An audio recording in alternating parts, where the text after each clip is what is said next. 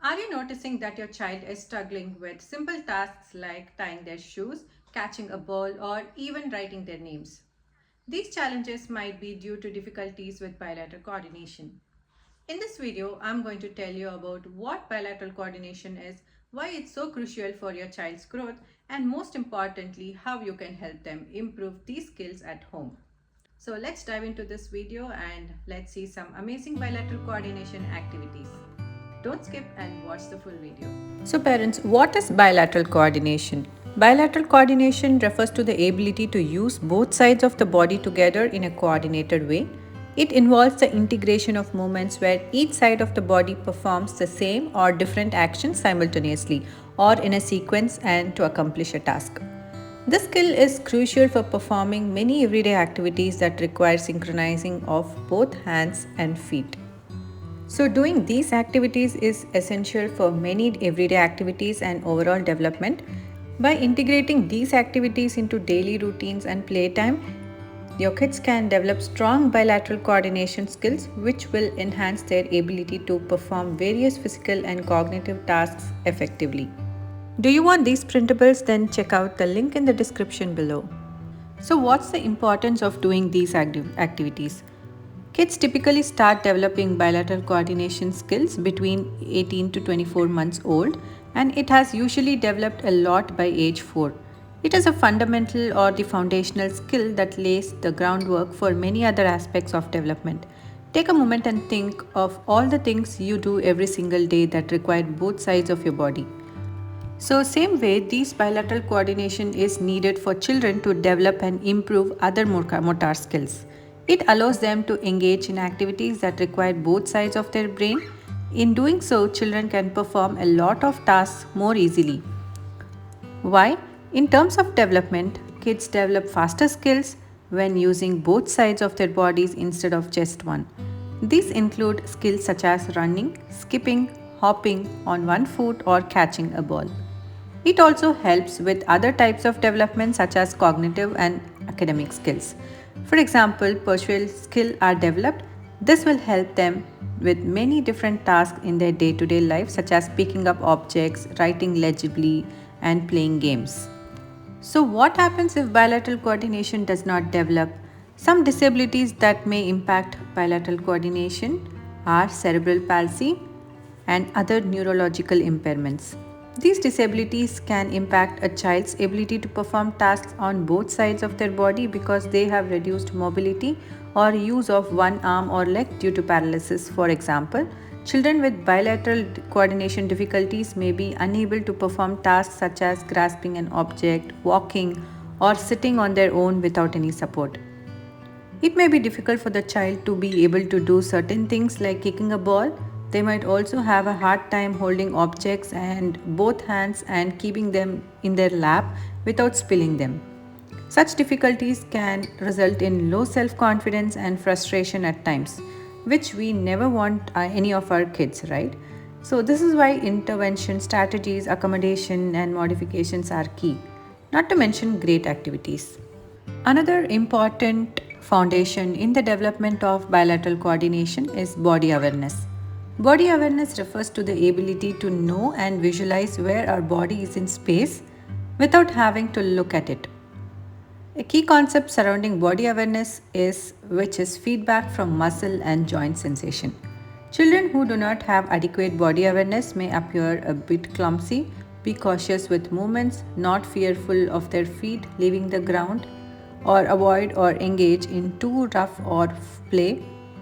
Subsequently, children who do not have a good sense of where their body is in space can present with difficulty in being present since they are preoccupied with seeking or avoiding stimulation. They also have difficulty coordinating both sides of their body to complete bilateral tasks, that is, putting on socks and shoes, throwing, catching a large ball with two hands. So, if you are understanding the importance of bilateral coordination, please do subscribe to my channel and hit the bell icon so that you don't miss any future updates. So, what is the link between the bilateral development and the academic skills? Many academic skills rely on solid bilateral development. In reading a book on their own, for example, children must learn to hold the book, turn the pages, and move their eyes from left to right, dropping down to a new line at the end of each line completed. Writing requires many of the same abilities. In addition to guiding the pen or pencil, being able to cross the midline is important for smooth and natural movement during these academic activities.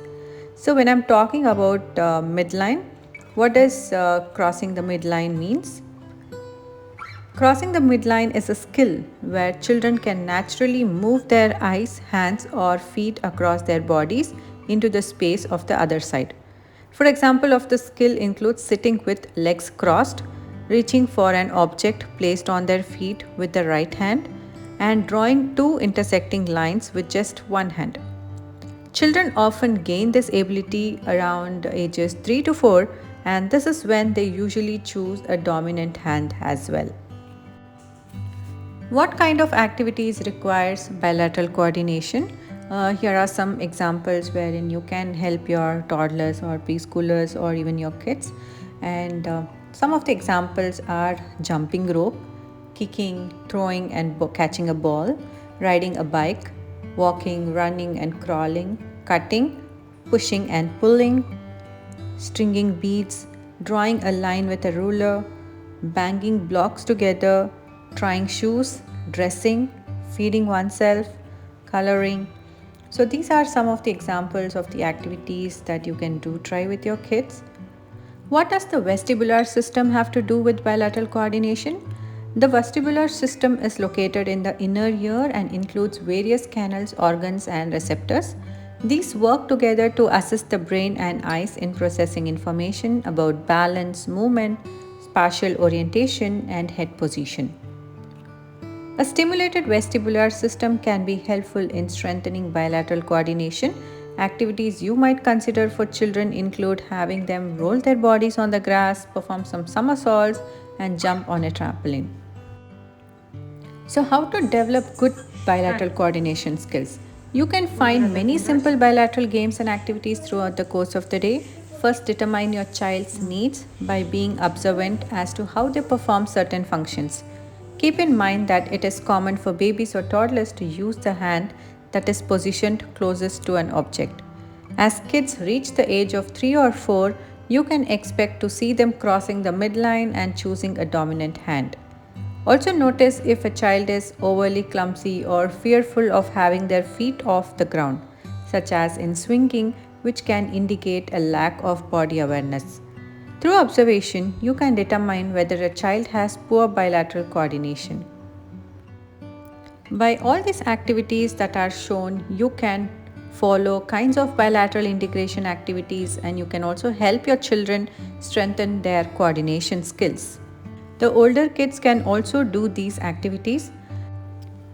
By incorporating these activities and strategies into your child's routine, you can help them develop strong bilateral coordination skills that are crucial for many daily tasks and overall development. If you enjoyed this video, please give it a thumbs up, share it with other parents and subscribe to our channel for more great content. I would love to hear your thoughts and questions you might have, so leave a comment below. Do check out my other videos. And thank you so much for watching again, and I'll see you in the next video.